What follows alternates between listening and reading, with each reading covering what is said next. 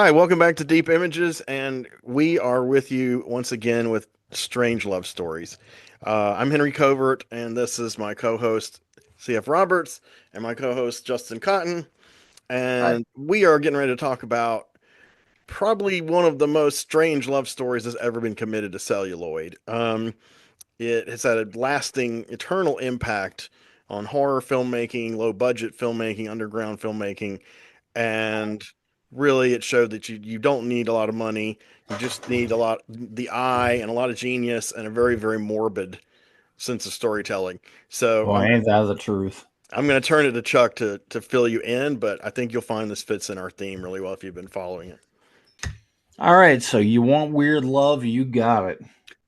Tonight, I am going to be talking about the OG, the one and only Necromantic. And this is kind of a great illustration of, the dangers or the drawbacks that can happen if you bring a third party into your relationship, especially if that third party happens to be a corpse. And this movie was made in 1988. It was written and directed by Jorg Buttergeit. And the movie basically starts with a couple parked by the side of the road.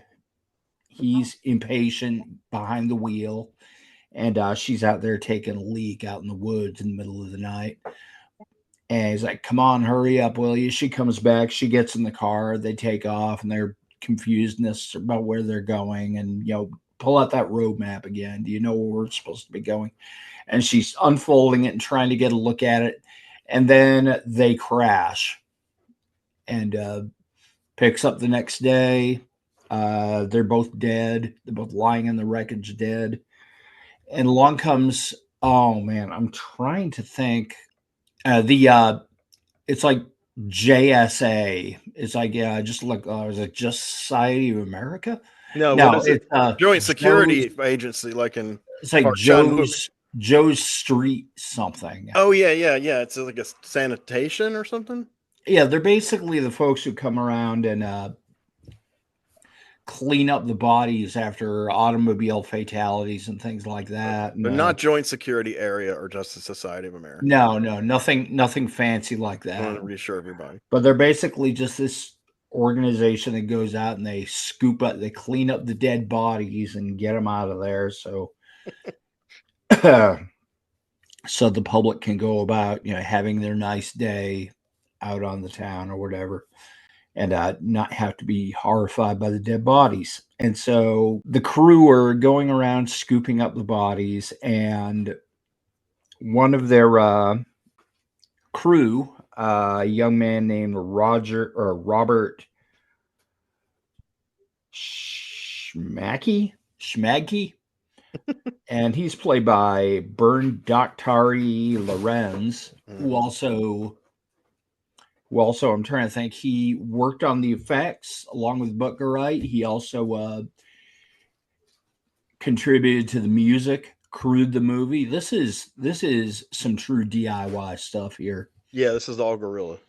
He is our protagonist, and he is basically using his position as a member of this road crew that go out and pick up the bodies as a means to harvest little bits of dead people, shall I say. It looks like he takes little bits home. He takes an eyeball home, a couple other things. He has like a little beaker full of eyeballs that he's grabbed off various corpses. He's got a few other things in jars. He's like gathering specimens. He's an avid human remains collector. He's an avid human remains collector. And Everybody's got to have a hobby, right? yes, everybody's going to have a hobby. He His other hobby, whose name is Betty, played by Beatrice Manowski, comes in and she marvels at the new stuff he's got. And so, okay, so these two are both really into this kind of harvesting of dead bodies and whatnot, and they're special. Yeah. They're They're not a special posers. pair. And it's They're always nice. It's always nice when like-minded folks find each other. Yeah, they're not posers. They're real hardcore goths. Death Hmm. So Oh yeah, they really mess with the corpses. yeah. They know what's going I on. ran into one human like that ever personally. It was at Appalachian State University. I'll probably cut this out, but uh, she was just an attractive, short little goth girl with a leather jacket. But she had this thing she would put in her hair that she designed like a helmet, and it was a dead bird. It was a dead bird skeleton.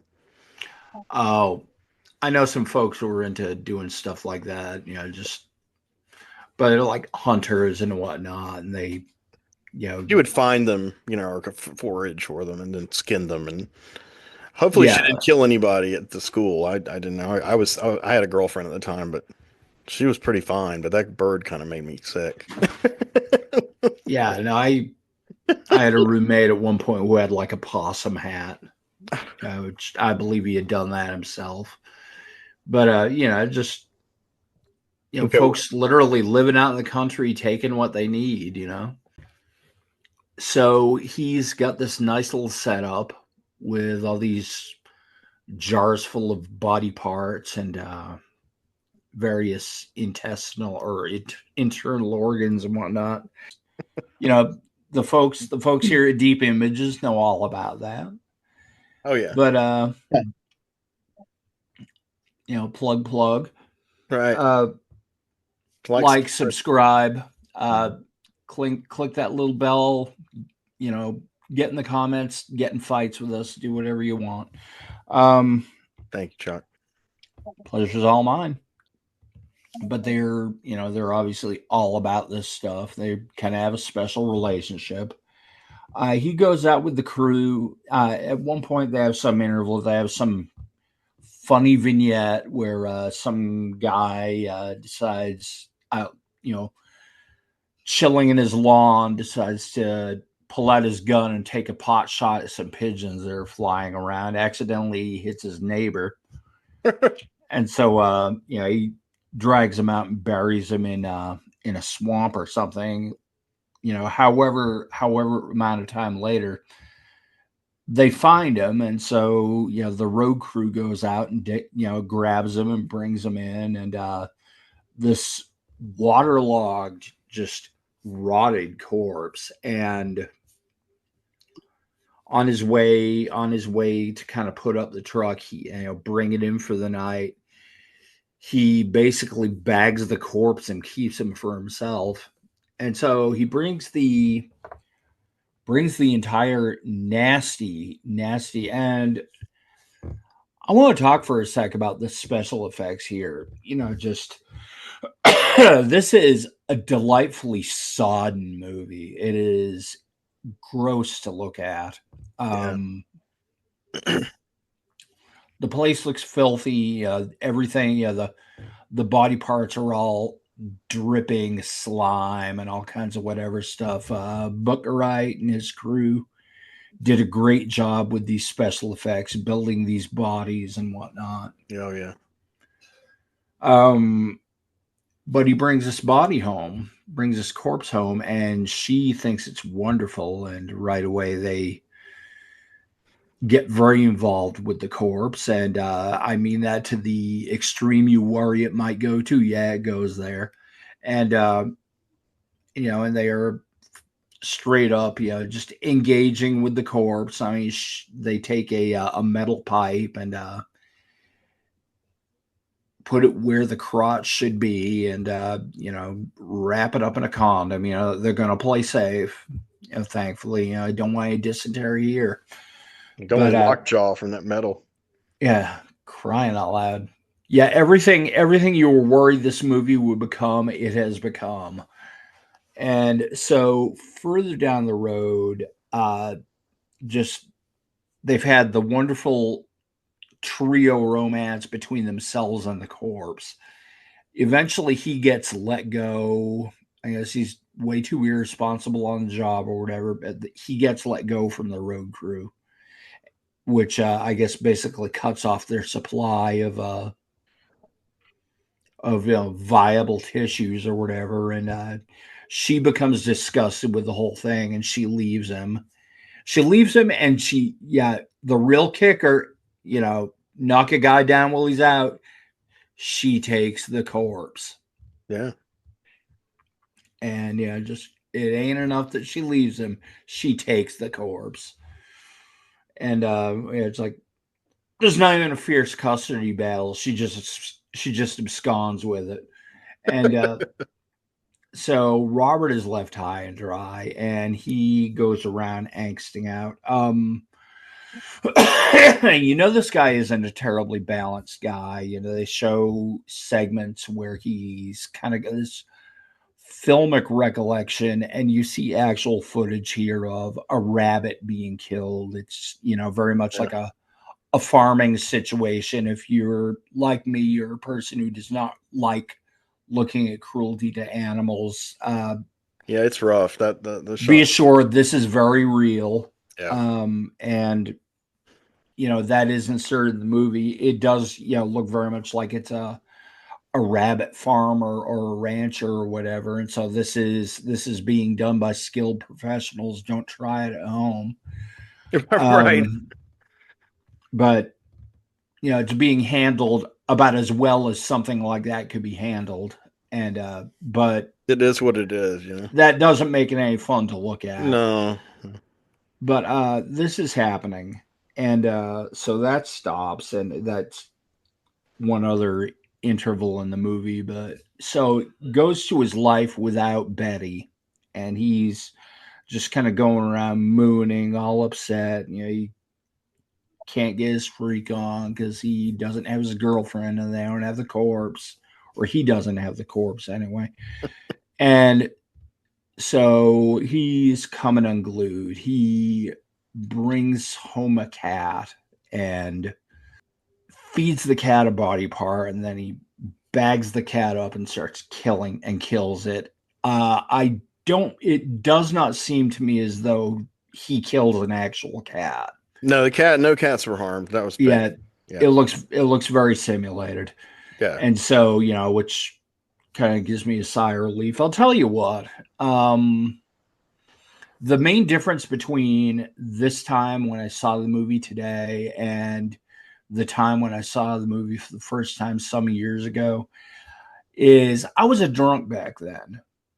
And this stuff is a lot less easy to handle when you're not a drunk. Yes, correct.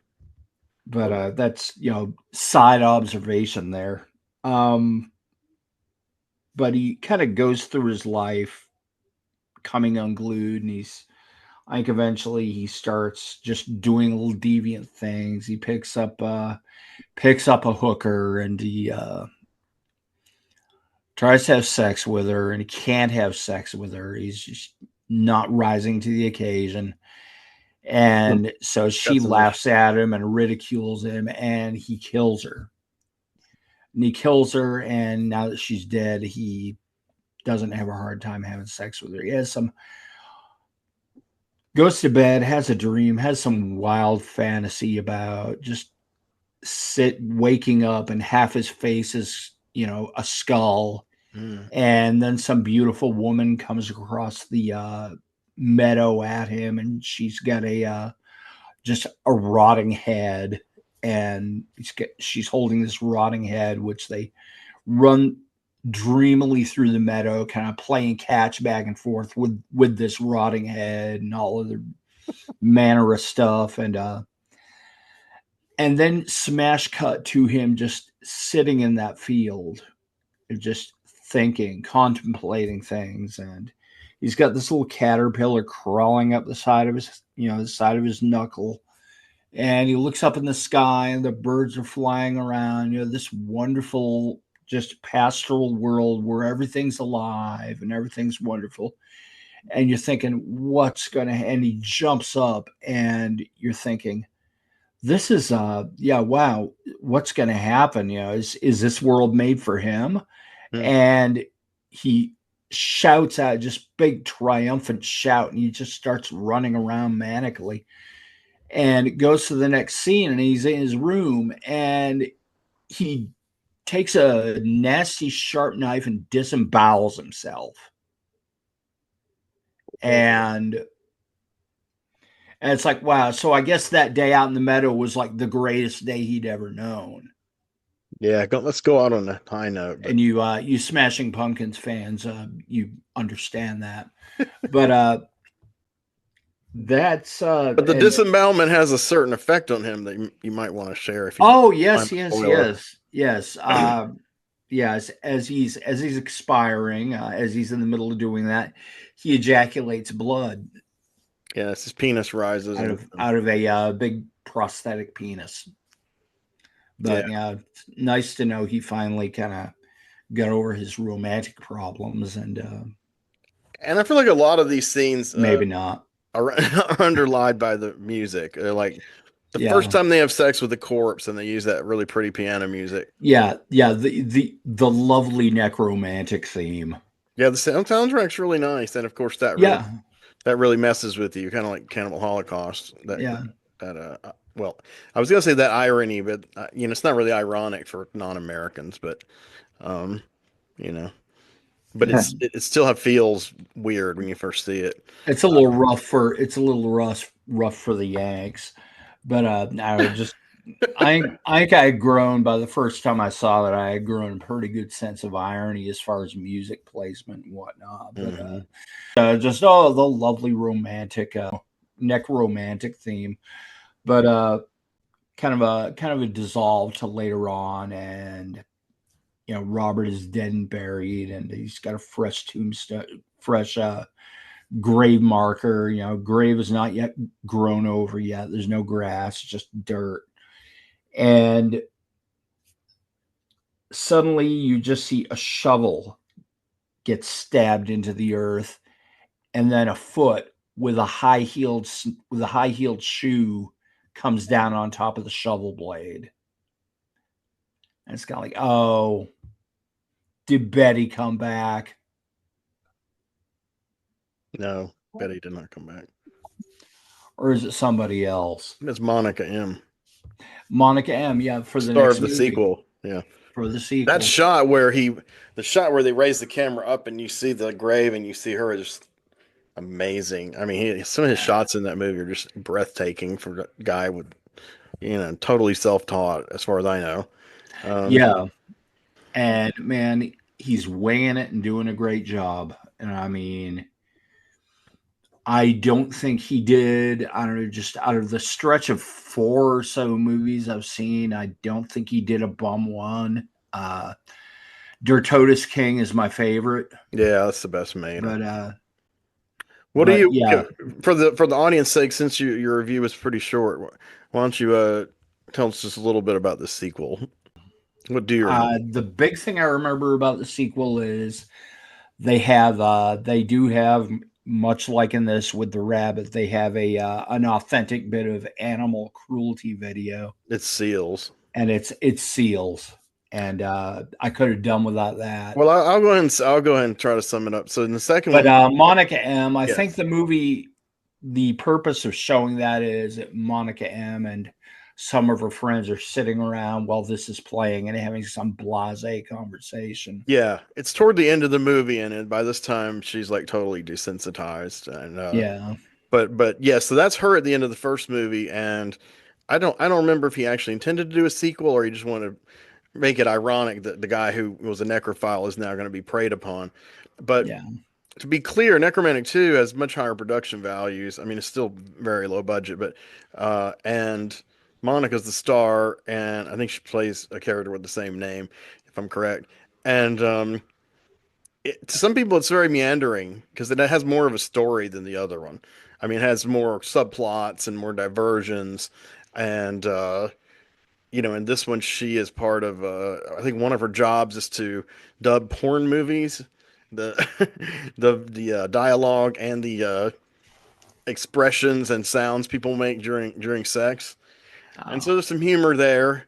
And then she, I had a friend who did that at one point. She was wow, just an adult film Foley artist. yeah, it's weird. And there's the whole scene in Necromantic 2 of them doing it. So, that's probably a eye opener to anybody who's interested in that. But Yeah. in her story, she gradually takes apart the corpse because he's really in bad shape. Um, she manages to keep his genitals in the refrigerator, and she keeps more or less him intact. Um, but he's starting to kind of fall apart, and she cherishes his head quite a bit. But she gets a boyfriend.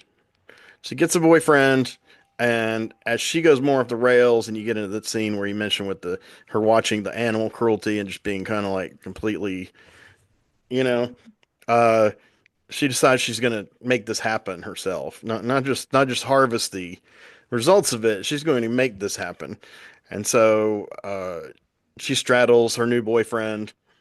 And I have to say, this last few minutes of this movie is still one of the most mind-boggling endings I have ever seen in any kind of movie.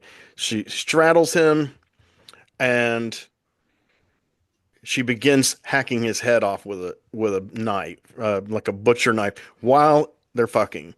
And it's like this, and the blood spurting out. Some of it looks real, some of it doesn't look real, but it's still just the thought, the idea.